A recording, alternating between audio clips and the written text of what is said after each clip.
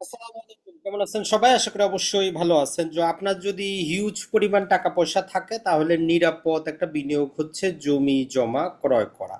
এটা আমরা সবাই জানি, আমাদের পিতৃপুরুষরাও কিন্তু তাই করেছে। যে যে যেভাবে পেরেছে জায়গা জমি ক্রয় করেছে, কিন্তু মালিকানার কাগজপাতি যাচাই বাছাই করে নাই। তো এইরকম একটা সমস্যার মধ্যে অনেকেই আছেন, সেটা হচ্ছে অর্পিত সম্পত্তি বা ভেস্টেড প্রপার্টি বা শত্রু সম্পত্তি বা এনিমি প্রপার্টি নিয়ে। তো আজকের আলোচনাতে আমরা টোটাল এনিমি প্রপার্টি, শত্রু সম্পত্তি, ভিপি প্রপার্টির ইতিহাস, সর্বশেষ ভূমি মন্ত্রণালয়ের যে আদেশ আছে সেটাও দেখিয়ে দিব।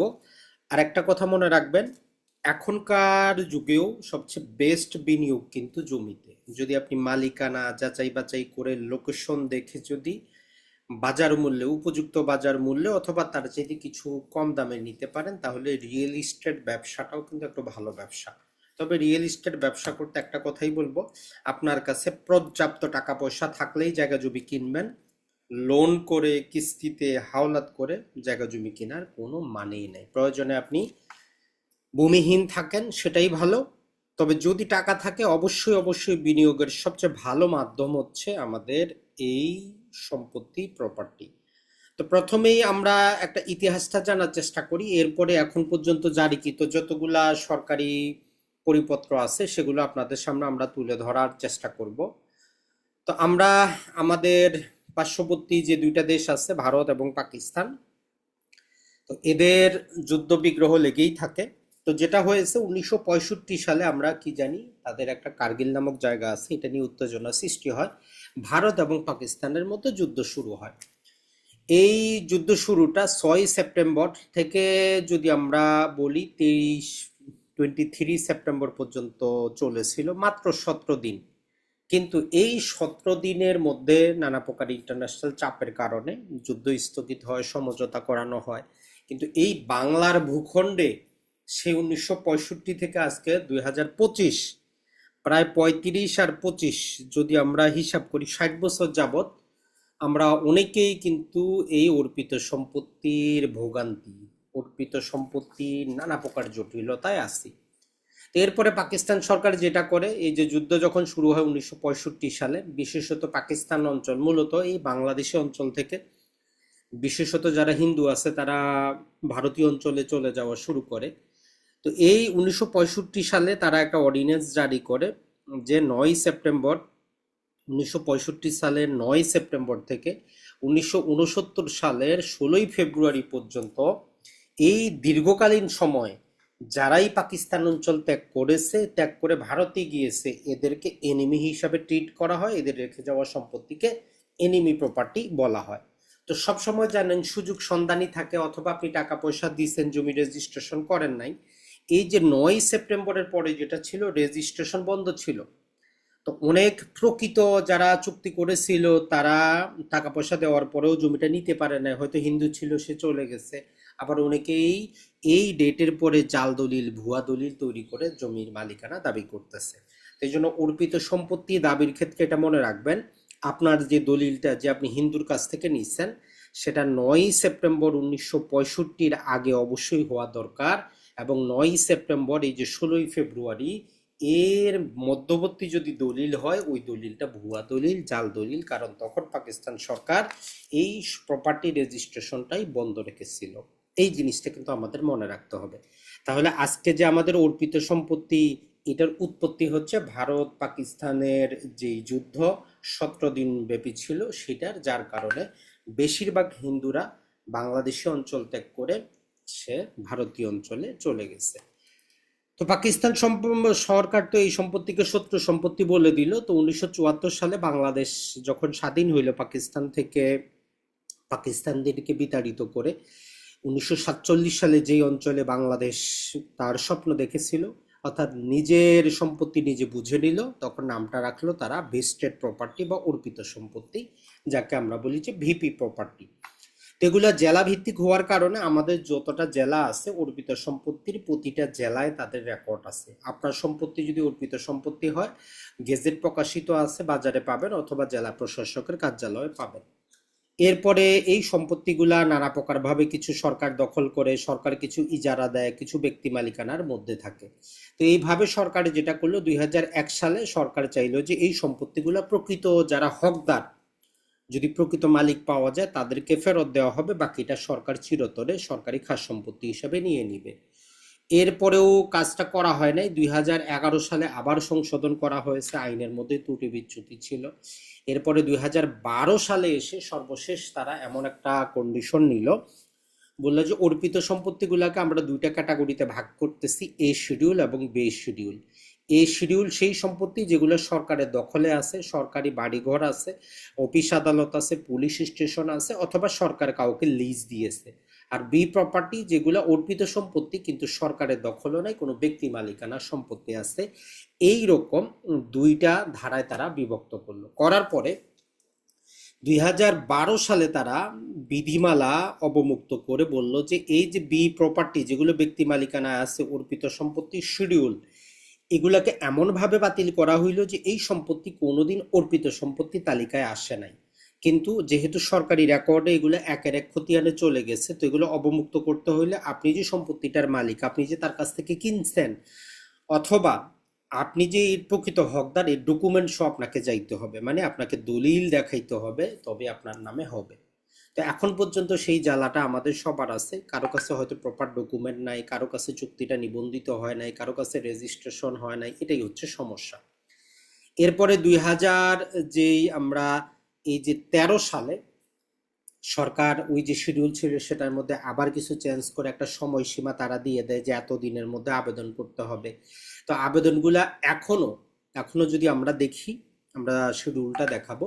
তো আজকের বাস্তবতায় আপনি দুই প্রকারের সম্পত্তি পাবেন, এ শিডিউল এবং বি শিডিউল। যেগুলো বি গেজেটভুক্ত, মনে করবেন যে এটা কোনোদিনও অর্পিত সম্পত্তিতে আসে নাই। বি খতিয়ানভুক্ত হইলে আপনি এসি ল্যান্ড বরাবর আবেদন করে অবমুক্ত করতে পারেন, মালিকানার পর্যাপ্ত ডকুমেন্ট দেখাইতে হবে। আর এই শিডিউলগুলো আদালতে মামলা করতে হইতো, এখানে 300 দিনের একটা সময়সীমা দেওয়া ছিল মোটামুটি, যে 300 দিনের মধ্যে মামলা করতে হবে। একটা কন্ডিশন ছিল যে মালিক যিনি দাবি করবেন তাকে বাংলাদেশি নাগরিক হইতে হবে। তো এর কারণে যারা প্রকৃতপক্ষে ছেড়ে গিয়েছিলেন তারাও দাবি করতে পারতেছেন না, কারণ তারা ভারতীয় নাগরিকত্ব নিয়ে নিছেন। তো এর অনেকেই মামলা করেন নাই, সময় তারা বাড়ানো হয়েছে। তো এখন নর্মালি সরাসরি এ শিডিউলভুক্ত জমির জন্য মামলা করা যায় না। এটার জন্য প্রথমে একটা রিট করতে হয়। রিট করে আপনার এই যে এতদিন আপনি মামলা দায়ের করতে পারেন নাই, রিট করে ওই কারণটা ব্যাখ্যা করে আপনাকে তারপরে স্বাভাবিক মামলা দায়ের করতে হয়। তো এটা যদি আপনার প্রপার্টি ভ্যালু যদি ভালো হয় মামলা করতে পারেন, না হলে হাইকোর্টে দেখেন একটা রিট করতে সর্বনিম্ন আপনার 50 থেকে 1 লাখ টাকা কিন্তু চলে যাবে। এখন আপনার জমির দাম যদি 3 লাখ টাকা হয়, মামলা করে কোনো লাভ নাই।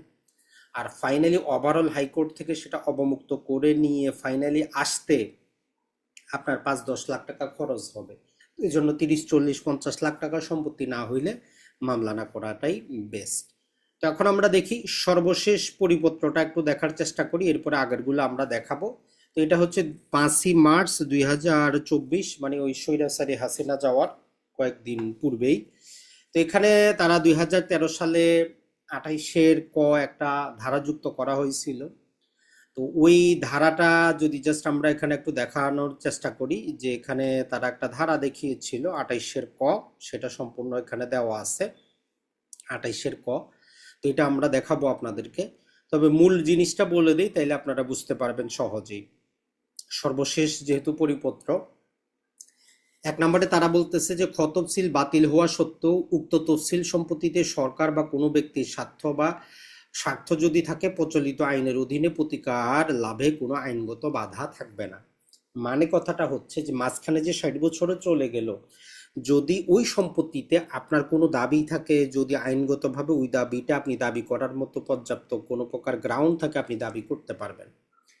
এরপরে যেটা হচ্ছে যে এই যে 2013 সালে 28-এর ধারার বিধান মতে বাতিলকৃত তফসিলের সম্পত্তির মধ্যে যে সকল সম্পত্তির বৈধ হোল্ডিং খোলা হয়েছিল সেগুলোর ভূমি উন্নয়ন করা আদায় করতে হবে এবং পর্যাপ্ত পরিমাণে থাকবে। এটা ছাড়া রেজিস্ট্রিকৃত বৈধ দলিল থাকার পরেও যেখানে দলিল ছিল রেকর্ড সংশোধিত হয় না, মানে আপনি নামজারির অ্যাপ্লিকেশন করেন নাই, তাদের নামে হোল্ডিং খুলে ভূমি উন্নয়ন কর আদায় করতে হবে এবং আইনানুগ রেজিস্ট্রিকৃত বিনিময় দলিলের অন্তর্ভুক্তির ক্ষেত্রে যদি খতিয়ান খোলা না হয়ে থাকে তবে সেক্ষেত্রে দলিলের সত্যতা যাচাই পূর্বক পৃথক হোল্ডিং খুলে বকেয়া সহ হালসন পর্যন্ত ভূমি উন্নয়ন কর আদায় করতে হবে। এরপরে যেটা যে খ তালিকা গেজেট প্রকাশিত হওয়ার পূর্বে আদালতের রায়ে যে সকল সম্পত্তি অবমুক্ত হয়েছে নাগরিকের আবেদনের ভিত্তিতে সে সকল সম্পত্তি রেকর্ড সংশোধন করতে হবে এবং বকেয়া হালসন পর্যন্ত সবকিছু আদায় করতে হবে। সর্বশেষ 5 নাম্বার যদি দেখি যে তফসিলভুক্ত যে সকল সম্পত্তি একের এক খতিয়ানে অর্পিত হিসেবে অন্য কোনো খতিয়ানে যেমন ব্যক্তি হালসন হচ্ছে ভারত মানে ঠিকানা ভারত রেকর্ড হয়েছে তা অর্পিত সম্পত্তি দ্বিতীয় সংশোধন আইন 2013 কার্যকর হওয়ার সাথে সাথে বাতিল বলে গণ্য বিধায় বাতিলকৃত তফসিলভুক্ত সম্পত্তি রেকর্ড সংশোধনের ক্ষেত্রে নাগরিক কর্তৃক দাখিলকৃত আবেদনে মালিকানার সমর্থনে বৈধ প্রমাণপত্র দলিলাদি উপস্থাপনে সমর্থ হইলে বৈধ দাবিদারের নামে রেকর্ড সংশোধনের জন্য রাষ্ট্রীয় অধিগ্রহণ প্রজাস্বত্ব আইনের 143, 144 অনুযায়ী ব্যবস্থা নিতে হবে। লক্ষ্য করা যাচ্ছে যে বাতিলকৃত তফসিলভুক্ত সম্পত্তি রেকর্ড সংশোধনের ক্ষেত্রে নাগরিক মালিকানার সপক্ষে বৈধ প্রমাণপত্র দলিলাদি উপস্থাপনে অসমর্থ হলেও খাস করা নির্দেশনা থাকলেও সহকারী কমিশনার ভূমিকণ প্রতিপালন করতেছেন না। বাতিলকৃত তফসিলভুক্ত সম্পত্তির ভোগ দখলকারী তাদের মালিকানার সমর্থনে বৈধ দলিল উপস্থাপনে ব্যর্থ হবেন সেসব সম্পত্তি রাষ্ট্রীয় অধিগ্রহণ প্রজাস্বত্ব আইনের 92 ধারা মোতাবেক খাস করতে হবে এবং সে অনুযায়ী রেকর্ড সংশোধন করতে হবে। তো এক্ষেত্রে এসিলেন্ট সাহেবরা খুবই মানুষের প্রতি দয়াশীল, তারা করেন না, কারণ এখানে বিশাল পরিমাণে হিউজ পরিমাণের অবৈধ টাকার লেনদেন হয় এটাই। তবে একটা কথা মনে রাখবেন, যতই আপনার দখল থাক, যদি কাগজপাতি যদি আপনার কাছে প্রপারলি 100% পুরো না থাকে সম্পত্তিটা আপনাকে ছেড়ে দিতেই হবে। আজকে না হোক 10 বছর পরে হইলেও ছেড়ে দিতে হবে, কিছু কিন্তু আপনার করার নাই। এই জিনিসটাই মনে রাখবেন। আর পরিপত্রগুলা যদি আমরা একটু আপনাদেরকে দেখানোর চেষ্টা করি, এখানে টোটাল পরিপত্রগুলা দেওয়া আছে। জাস্ট সর্বপ্রথম 20/11/2013 সালে তারা জারি করে। এরপরে যদি আমরা দেখি যে 21/11/2013 আরো কিছু সংশোধনী আনা হয়। এর পরের বছর আবার সময় বর্ধিত করা হয় 2014-তে। এর পরের বছর 2014-তে আবার সংশোধন করা হয় ওই একই জিনিস। এরপরে আবার সংশোধন করা হয়, সময় বাড়ানো হয়। এরপরে আবার সময় বাড়ানো হয়। মানুষকে বারবার সময় কিন্তু দেওয়া হয়েছে। দেখেন যে একটার পর একটা সময় কিন্তু অসংখ্য সময় দেওয়া হয়েছে। এরপরে 2015 সালে আবার সময় বর্ধিত করা হয়। এরপর 2016 সালে আবার সময় বর্ধিত করা হয়। এরপর 2017 সালেও কিন্তু সময় বর্ধিত করা হয়। মানে সময় বর্ধন একটার পর একটা কিন্তু সময় বাড়াচ্ছে, কিন্তু আমরা না জানার কারণে এই যে 17 সালেও বাড়ানো হয়েছে, সর্বশেষ তারা দেওয়া আছে। এই যে 17তেও তারা সময়সীমা বাড়াইছে। পরিপত্রগুলার একটাই কথাটা হচ্ছে যে যেগুলা তফসিলভুক্ত হয়েছে কেউ যদি দাবি করে তার কাছে দলিলপত্র থাকে তার নামে আপনি রেকর্ডটা সংশোধন করে দেন, আর যদি কেউ আদালতের মাধ্যমে আদেশ নিয়ে আসে সেটাও করে দেন। এটাই হচ্ছে মূল জিনিস, আর না করলে সরকারি খাস করার জন্য। কিন্তু এখানে নানা প্রকারের যে সমস্যাটা থাকে, আপত্তি যেখানে যে এই যে তফসিল আর তফসিল অর্পিত সম্পত্তির গেজেটভুক্ত করা হয়েছে পাকিস্তান আমলে, পাকিস্তান সরকার করছে, কারো কারো আপত্তি আছে সেখানেই যে আমার সম্পত্তি অর্পিতর মধ্যে না। অথবা এক দাগে ধরেন যে 2 বিঘা জমি আছে, 1 বিঘা হিন্দুর ছিল, 1 বিঘা মুসলিমের ছিল, টোটাল দাগটাই তারা অর্পিত করেছে, এইটা একটা অভিযোগ আছে। এর পাশাপাশি স্বাধীনতার পরে মানে ভারত পাকিস্তানের যুদ্ধ শেষ হওয়ার পরে বাংলাদেশ স্বাধীন হওয়ার পরেও অসংখ্য সম্পত্তি অর্পিত সম্পত্তির তালিকায় আনা হয়েছে। তো এই আনাটাকে আমরা জানি হাইকোর্ট কি করেছে, অলরেডি অবৈধ কিন্তু ঘোষণা করেছে।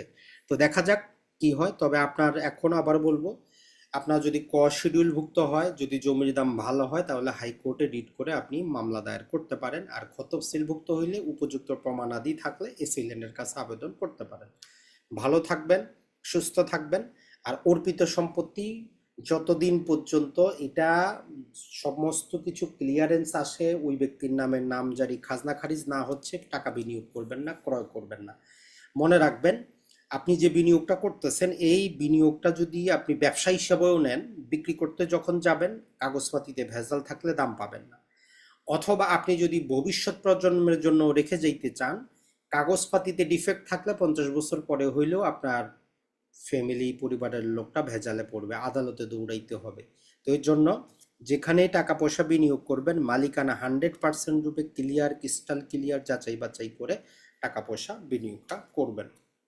আর আমাদের যারা এই বিনিয়োগের মাধ্যমে আর্থিক স্বাধীনতা অর্জন করতে চান, 15 তারিখ থেকে শুরু হচ্ছে আমাদের নতুন কোর্স। দেখা হবে সেখানে। আসসালামু আলাইকুম, ভালো থাকবেন।